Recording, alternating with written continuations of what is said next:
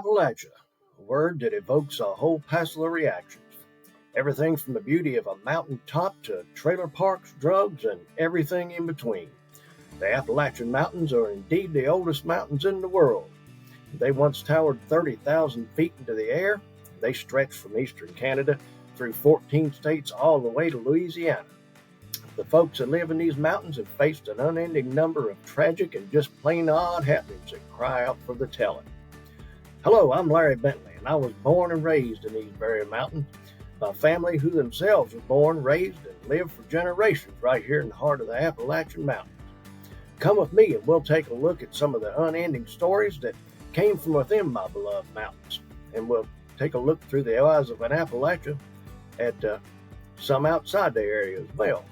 Welcome to Appalachian Murder, Mystery, and Legend, season number 5. Howdy, my good friends. I hope you're doing well today, and happy Easter. I'll try not to take up too much of your holiday time, but to anybody walking around in the town of Hamilton, Ohio on Easter Sunday in 1975, well, they'd think it was like any other Easter anywhere else in the country. They'd see kids hunting for their eggs and folks in their kitchens cooking up the big family dinners and people dressed in their Easter clothes heading off to their sunrise church services. And for the Ruppert family, they started out to be exactly that for them. Just another happy Easter holiday right there in Hamilton, Ohio. They headed out for morning worship all dressed up in their Easter Sunday duds together and then headed back home to a good sunrise or from a good sunrise Easter service. Now, what happened after that later that afternoon on March 30th, 1975 ended up going down in the history books as the deadliest Easter to occur in a private home in the United States history, and left a whole passel of folks with a whole bunch of questions. So have yourself a seat, take your shoes off, and set a spell. Let me tell you about a very bad Easter. James Urban Ruppert was born on March 29th, 1934. Now, to hear him tell it, because he's the only one left that can, his life growing up was a sad one, and it was chock full of about every kind of abuse that his parents could think to throw on him. First off, the house he was born and raised in was a converted chicken coop. It didn't have running water or power. Well, that sounds to me a whole lot like an Appalachian mountain cabin like my grandfather built from the trees on his property and lived in. And, of course, he did just fine. Now, of course, to James, it was messed up to raise children in a dump like that. His mother, Charity, was about as warm and caring as a timber rattler. There wasn't many days of his life where she didn't refer to him as a big mistake, because they already had one son named Leonard Jr., who was older than James, and by golly, she wanted a daughter for her second child. So I reckon he was supposed to know while in the womb to change into a girl. That didn't matter to a timber rattler, though. She dressed him up like a little girl in little girl clothes anyway, all the way up until he started school. Remember, we're listening to James's story here. Now, his father, Leonard, was a real piece of work, too. He was about as violent and quick-tempered as a drill sergeant on crack, and he had very little time, use, interest, or affection for either of the boys except for the special attention of a good stiff beatdown thrown in place on a regular basis. Now, like if the sun come up, or maybe it went down, that was even better. Mostly just because he could. Oh, and the beatings did include the old mom, too. She was in the middle of it. Lucky for them, he keeled over in 1947, 37 years old, from tuberculosis, when James was 12 and his brother Leonard Jr. was 14. To say that they missed the old man would be an understatement. Once the dancing and celebrations, kind of like we saw with the end of World War II, were all over with, Leonard Jr. became the head of the house. And according to James, it was pretty much like jumping from the frying pan directly into the fire. According to him, Leonard Jr. drove him into the ground like a 10-penny finishing nail and broke him off even with the ground. So according to James, everybody in his family but him was messed up. James did pretty bad in school, too. He didn't have very many acquaintances, and let alone friends, so apparently everybody outside his family messed up, too. He was always short and small and as an adult, he only grew 5 foot 6 inches tall and weighed 135 pounds soaking wet. At 16 years old, James was so tired of dealing with the whole world full of messed up people that he rolled his bed sheets into a rope, fashioned a noose around his neck, and slipped it over his head, that is, and best I can ascertain from the reports I looked at, he took a flying leap off of his bed with the other end tied to the rafters. Of course, once they found him and cut him down, he got a little extra attention from his mother and Leonard Jr., which was the exact attention he didn't need. He was repeatedly reminded of what kind of a mistake and absolute failure that he was because he couldn't even off himself correctly. Now, remember, we're listening to his story here. So he just accepted that all of that, what they were telling him is truth, and figured that he was just going to have a shitty life. Remember, this is his story again. We got to remember that. Of course, he got older and barely got into college by the skin of his teeth. No, it didn't matter which one. It was because I think we got the same results no matter which one he went to. The big surprise, folks, the folks at the college, well, they were messed up too. He did manage to eke out 2 years before he flunked out, and they drug him off the front porch and sent him packing back to Mommy Rattlesnake. All while Leonard Jr. earned a degree in electrical engineering and excelled in sports, which made James see how messed up that was and hate the ground that Leonard Jr. walked on. To James, grass never grew again under wherever Leonard walked, but he messed up. Or the messed up world wasn't done with James just yet. Leonard Jr. got a great job with the General Electric Company, which was a big thing back then. They were the big time. Then he went on to got married to just about the only girlfriend that James ever had or ever even knew, and they had 8 children together. One of the few girls that James knew became his wife, but she was messed up too, apparently, because by 1975, James was 14 years old, unemployed, I reckon because everybody he tried to work with was messed up too, and back living with the timber rattler.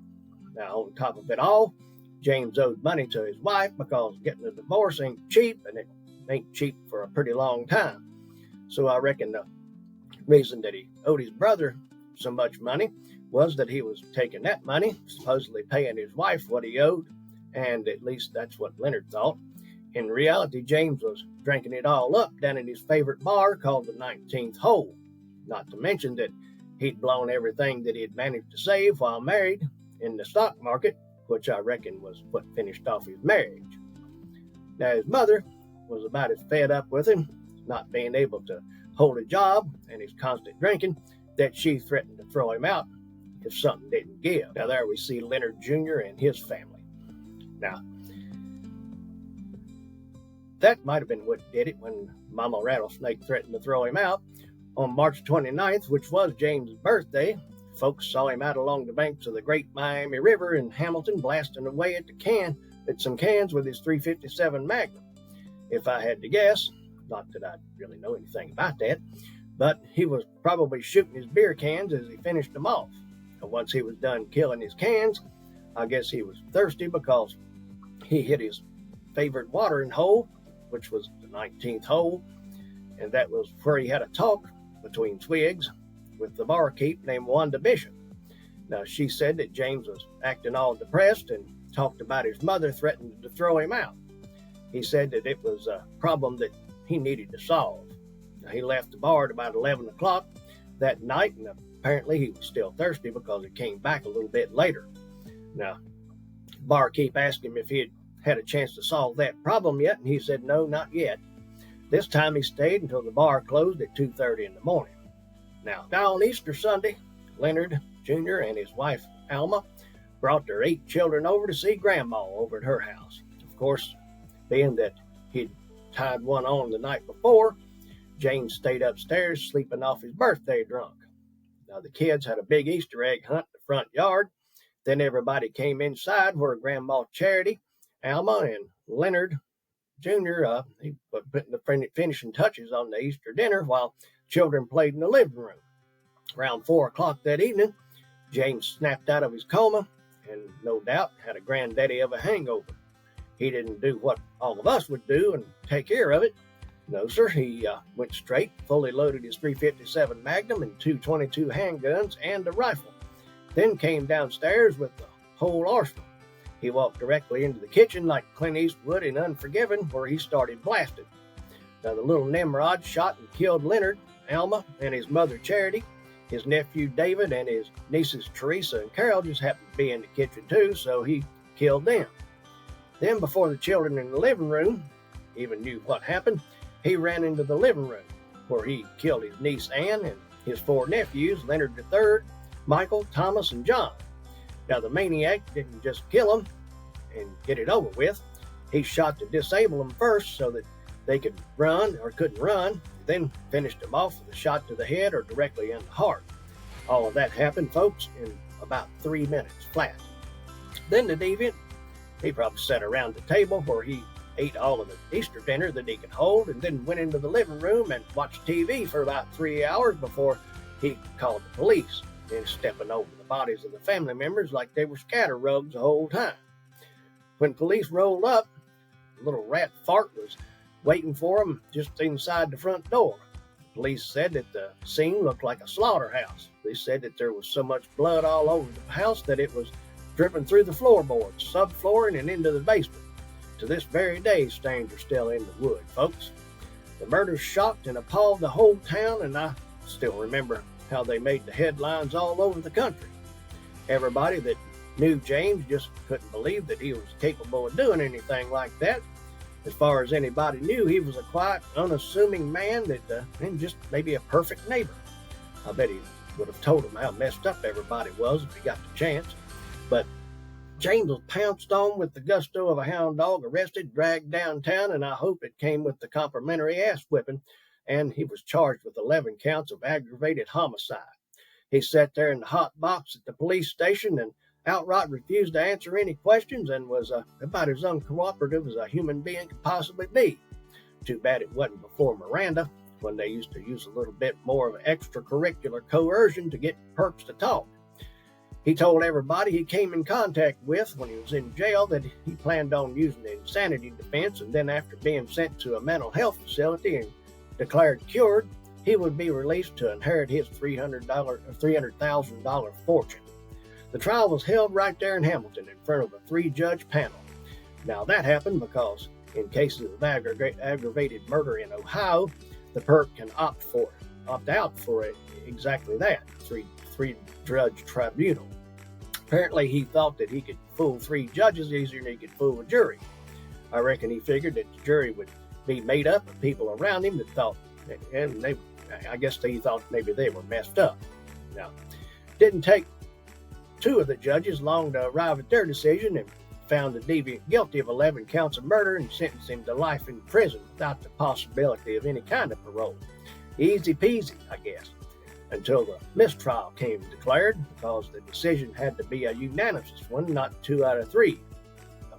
So they had to be a second trial coming, and this time they changed the venue and had it in Findlay, Ohio, which is about 125 miles north of Hamilton.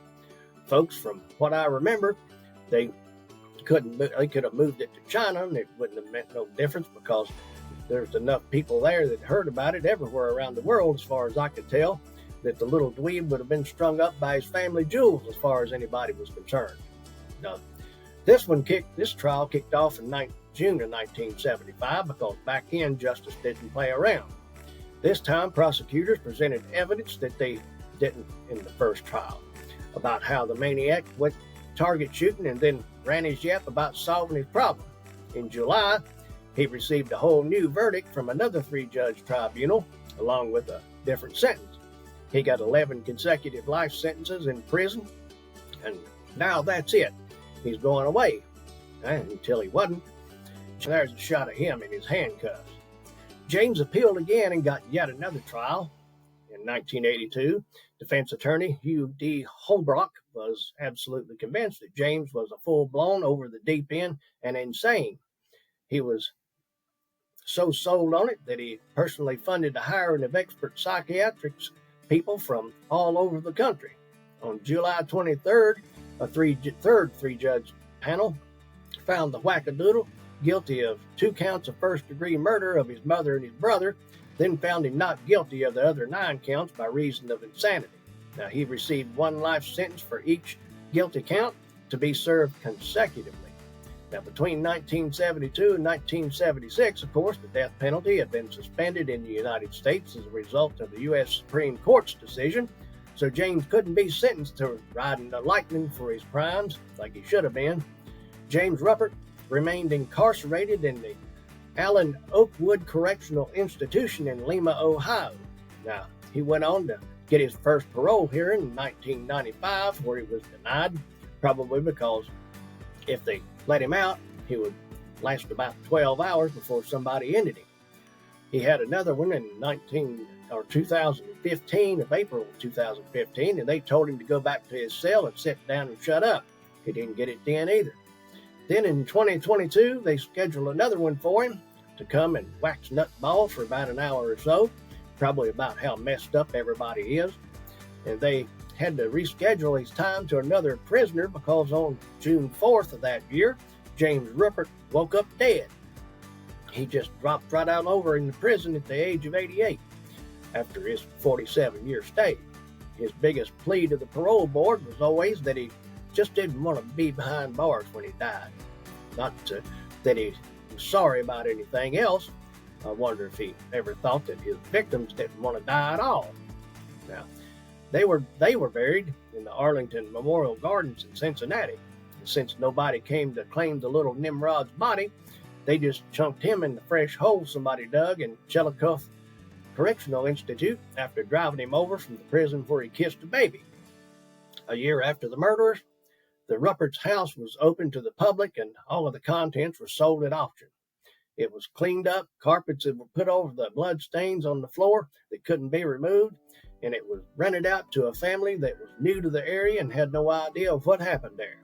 Oddly enough, they moved directly back out of the house because they could hear voices, strange noises, and that they couldn't explain. The lights were turning off and on, doors were slamming, and thudded footsteps were heard coming up and down the steps. Folks, when the walls started talking smack, it's time to go. They wasn't the last ones to move out in GTFO either. Nobody stayed for long. All of them reported the same thing. The house was abandoned for several years, but the last family that finally moved in reported nothing out of the ordinary. So maybe after 50 years, the spirits of the Ruppert family can finally rest in peace. Folks, I hope you got something out of our story today. If you did, please rate and review the podcast, or if you're watching on YouTube or Rumble or Spotify, throw us a like, and don't forget to subscribe and follow wherever you're listening or watching. Come on over to Appalachian Murder, Mystery, or Legend podcast group on Facebook, where we talk Appalachian or about anything else you want to talk about. I'll be back real soon with another Appalachian Murder, Mystery, or Legend. Happy Easter, and I will see you then.